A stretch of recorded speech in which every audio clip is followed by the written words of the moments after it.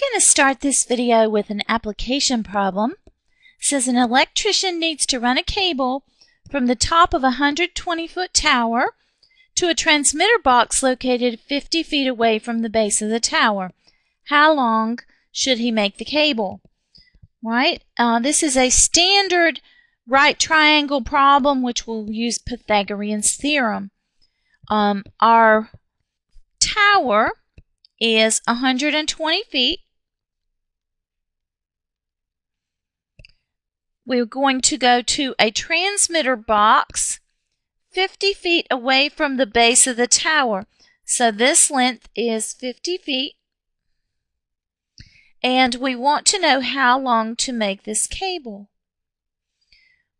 So that gives us a right triangle. The 50 and 120, these are the legs, so they will be the A and B. The cable will be our hypotenuse, which is C. So our theorem says A squared plus B squared equals C squared. We'll plug in what we know. So A, 50, I'm going to leave the feet off. 50 squared plus 120 squared equals C squared. Work these out on your calculator. 50 squared gives us 2,500 plus 120 squared gives us 14,400 equals C squared. You can combine these on the left-hand side to get 16,900 equals C squared. Now you're ready to take the square root of both sides because you don't want to know C squared, you want to know the length of C. And 16,900 is a perfect square. Take this square root on your calculator. It is 130 feet equals C.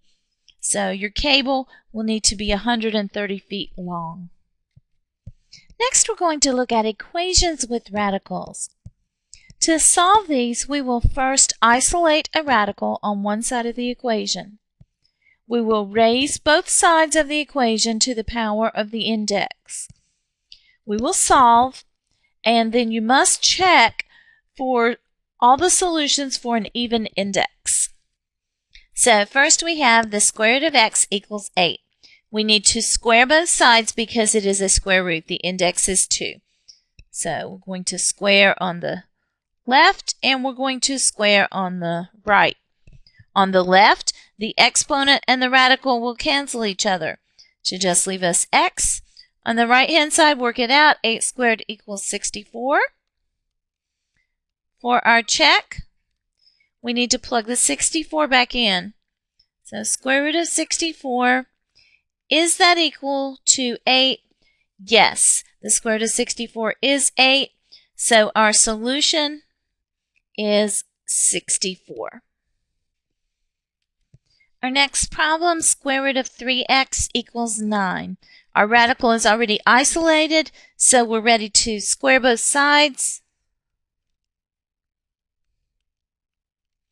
On the left-hand side, the exponent and the radical will cancel each other to leave us 3x. On the right-hand side, 9 squared equals 81.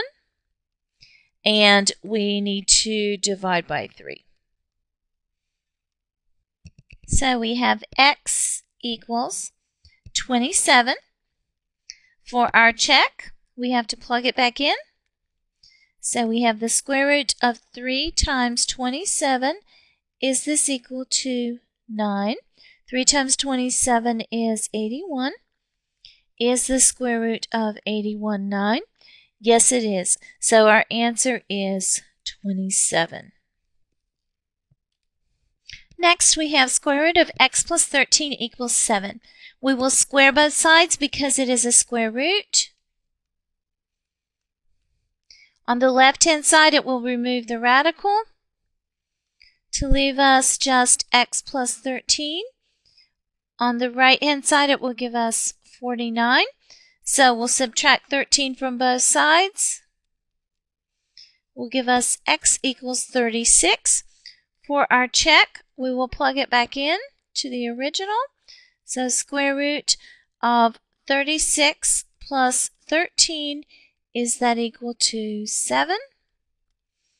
36 and 13 gives us 49. Square root of 49. Is that 7? Yes, it is. So 36 is our solution. For our next problem, the first job is to isolate the radical. So we will add 3 to both sides. And we will have square root of x plus 5 equals 8. We will square both sides to get rid of the radical.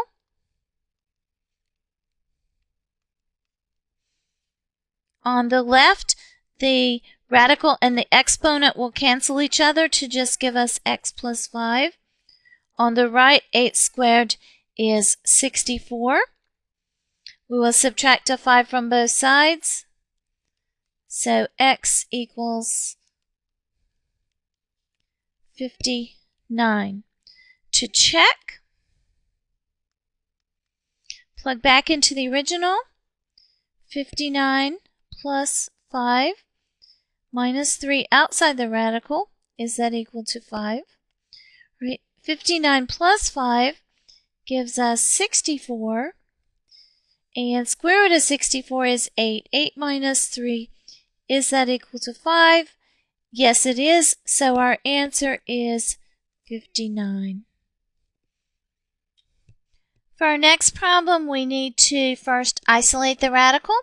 So we're going to add a 1 to both sides. So we'll add it here, and we'll add it over here. So we have square root of 4x minus 7 equals 5. Now we will square both sides to get rid of that radical. Radical and the exponent cancel each other.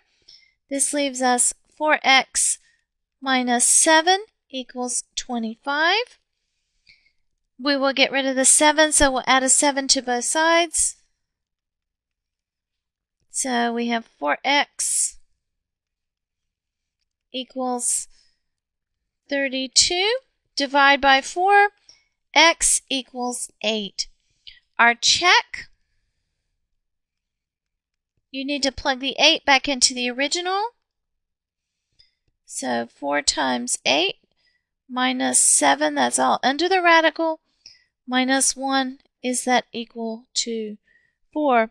4 times 8 is 32. 32 minus 7 gives us 25. Square root of 25 is 5 minus 1. Is that 4? Yes, it is. So our solution is 8. Next problem, we will first isolate the radical. So get rid of your 6. So we need to subtract a 6 from both sides. On the left-hand side, we have left square root of 2x minus 5. On the right-hand side, we have 4. We will square both sides. On the left-hand side, the exponent and the radical will cancel each other to leave us 2x minus 5. On the right-hand side, 4 squared is 16. And now we will isolate the variable.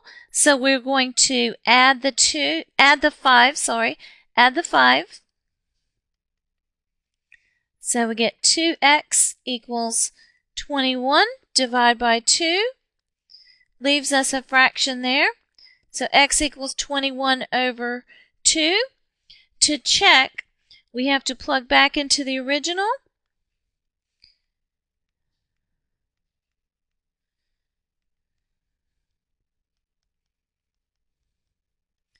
Right, and fortunately underneath your radical, your 2's will cancel. So that will leave you 21 minus 5,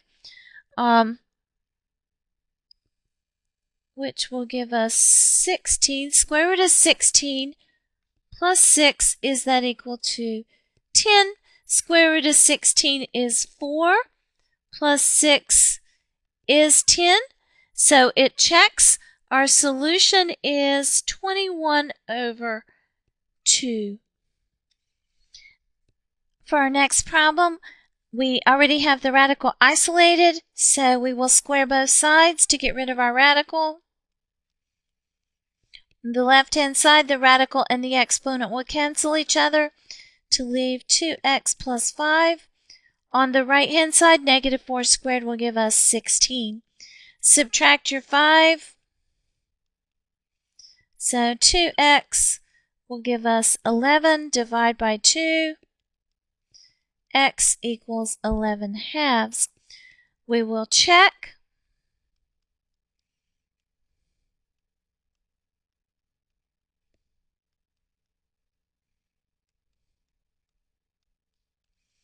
Right, our 2's will cancel each other, and we get 11 plus 5 is 16. The square root of 16, is it negative 4? It is not. When we just have a square root symbol, remember we want the principal square root, which is going to be positive. If we wanted to get the negative square root, we would have a negative on the outside. So this one does not check. That's the only solution we have, so there is no solution.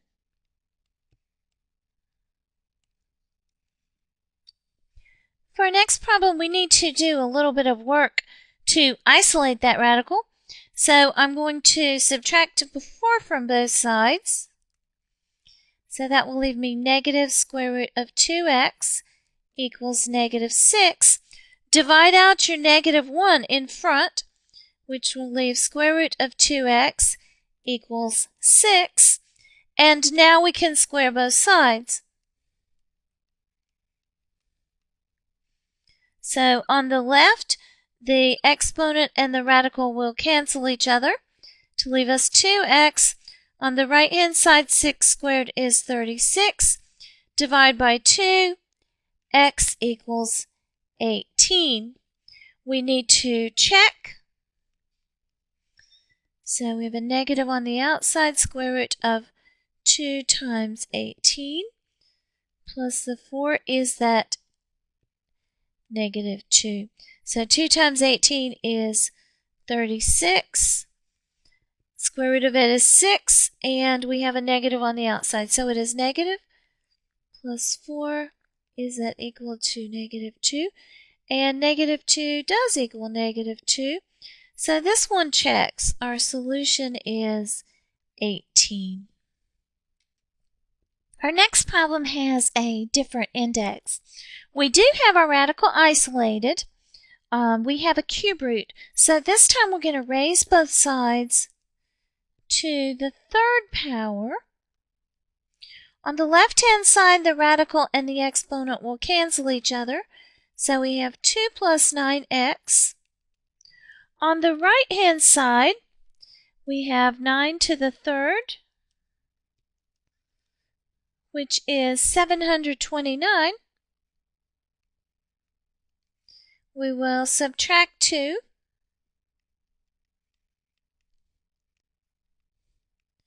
And divide by 9.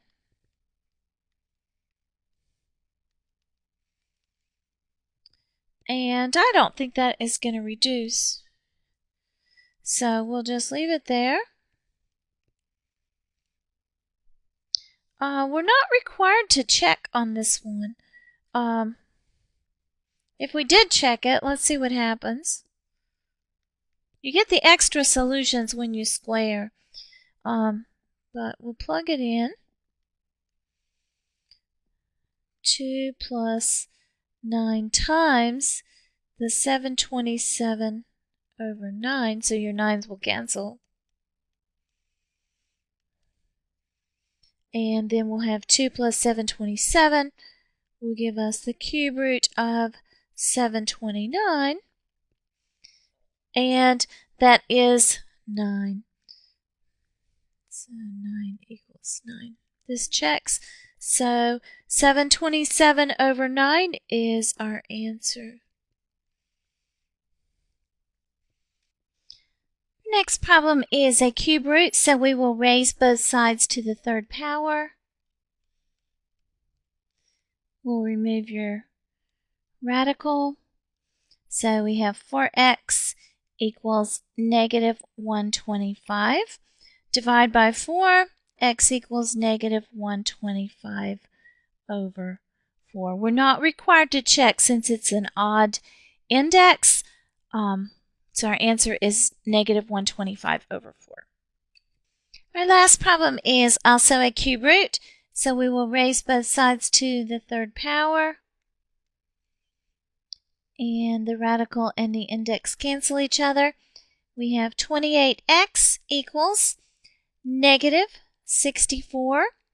We're going to divide on both sides by 28.